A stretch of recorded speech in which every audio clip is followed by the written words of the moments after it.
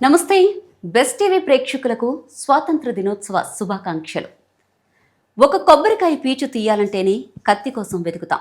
అదే పీచును చేతి గోళ్లతో తీయమంటే వామ్మో ఎంత కష్టం అంటాం.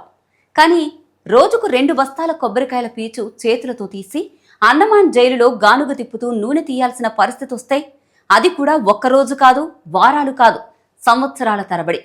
ఇలాంటి కఠినమైన జైలు జీవితాన్ని అనుభవించిన భారత స్వాతంత్ర సమర యోధుల్లో ఒకరు వినాయక్ దామోదర్ సావర్కర్.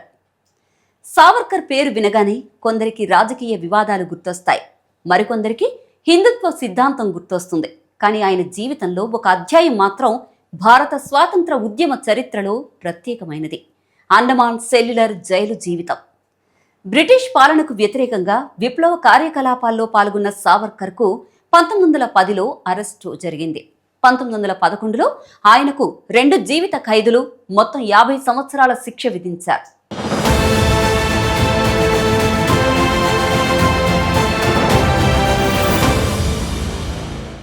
అనంతరం ఆయనను అండమాన్లోని సెల్యులర్ జైలుకు తరలించారు. అక్కడి జీవితం సాధారణ జైలు జీవితం కాదు. చుట్టూ ఎవరూ లేని చిన్న గది, స్వేచ్ఛ లేదు, కుటుంబాన్ని కలిసే అవకాశమూ లేదు, కఠినమైన శ్రమ, మానసిక ఒత్తిడి. అయినా ఆయనలోని సంకల్పం మాత్రం తగ్గలేదు. కొబ్బరికాయల నుంచి పీచు తీయడం, గానుగ తిప్పడం వంటి కఠినమైన పనులు ఖైదీలకు అప్పగించేవారు. శరీరం అలసిపోయినా మనసును మాత్రం బ్రిటిష్ పాలన వంచలేకపోయింది. అంతేకాదు, జైలులో కాగితం, కలం కూడా సులభంగా అందుబాటులో ఉండేవి కావు. అప్పుడు సావర్కర్ ఏం చేసేవారో తెలుసా? గోడలని పుస్తకపు పేజీలుగా మార్చుకున్నారు. బొగ్గు ముక్కలతో గోడలపై పద్యాలు, కవితలు రాశారు. వాటిని కంఠస్థం చేసుకున్నారు. జైలు గోడల మధ్య పుట్టిన ఆ ఆలోచనలు తర్వాత రచనలుగా బయటకొచ్చాయి. అంటే కలం లేని చోట గోడను కలంగా మార్చుకున్న మనిషి ఆయన. సావర్కర్ జైలు జీవితం కేవలం శారీరక బాధల కథ కాదు, అది ఒక మనిషి తన ఆలోచనలను ఎలా కాపాడుకున్నాడు అనే కథ కూడా. అయితే సావర్కర్ ప్రభావం అండమాన్కే పరిమితం కాలేదు. లండన్లో ఉన్న సమయంలో భారత స్వాతంత్ర్యం కోసం పనిచేసే యువకులతో ఆయనకు సంబంధాలు ఏర్పడ్డాయి.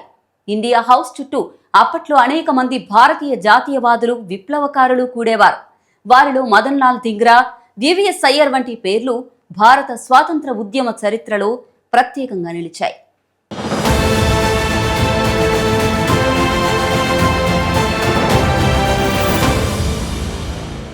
అందుకే సావర్కర్ను అర్థం చేసుకోవాలంటే కేవలం ఒక రాజకీయ కోణంలో చూడడం సరిపోదు. ఆయనను సమర్థించేవారు ఉన్నారు, తీవ్రంగా విమర్శించేవారు ఉన్నారు.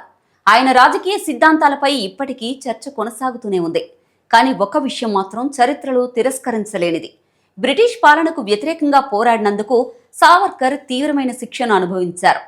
స్వాతంత్రం ఒక్కరి వల్ల రాలేదు. గాంధీ, నేతాజీ, భగత్ సింగ్, సావర్కర్, అల్లూరి, ఉయ్యాలవాడ నరసింహారెడ్డి, ఇంకా పేరు చరిత్రలో నిలవని వేలాది మంది ఉన్నారు. వారి మార్గాలు వేరు కావచ్చు, వారి సిద్ధాంతాలు వేరు కావచ్చు, వారి పోరాట పద్ధతులు కూడా వేరు కావచ్చు. కానీ భారత స్వాతంత్ర పోరాట చరిత్రను పూర్తిగా అర్థం చేసుకోవాలంటే వారందరి పాత్ర గురించి తెలుసుకోవాల్సిందే. సావర్కర్ జీవితం మనకు ఒక ప్రశ్న వేస్తుంది. శరీరాన్ని బంధించగలిగితే ఆలోచనలను కూడా బంధించగలమా? అండమాన్ జైలు గోడలు ఆయన శరీరాన్ని బంధించాయి, కానీ ఆయన ఆలోచనలు మాత్రం ఆ గోడలను దాటి బయటకొచ్చాయి. అందుకే సావర్కర్ జీవితాన్ని చదవడం అంటే కేవలం ఒక వ్యక్తి చరిత్రను చదవడం కాదు, స్వాతంత్ర పోరాటంలోని మరో కోణాన్ని తెలుసుకోవడం. చరిత్రలో మనకు నచ్చిన వారినే కాదు, మనకు నచ్చని వారిని చదవాలి. ఎందుకంటే చరిత్రను పూర్తిగా తెలుసుకున్నప్పుడే మనకు నిజమైన స్వాతంత్ర విలువ అర్థమవుతుంది. భారత స్వాతంత్ర పోరాటంలో ప్రాణాలు, యవ్వనం, జీవితాలను అర్పించిన ప్రతి త్యాగధనుడికి వందనం. జై హింద్.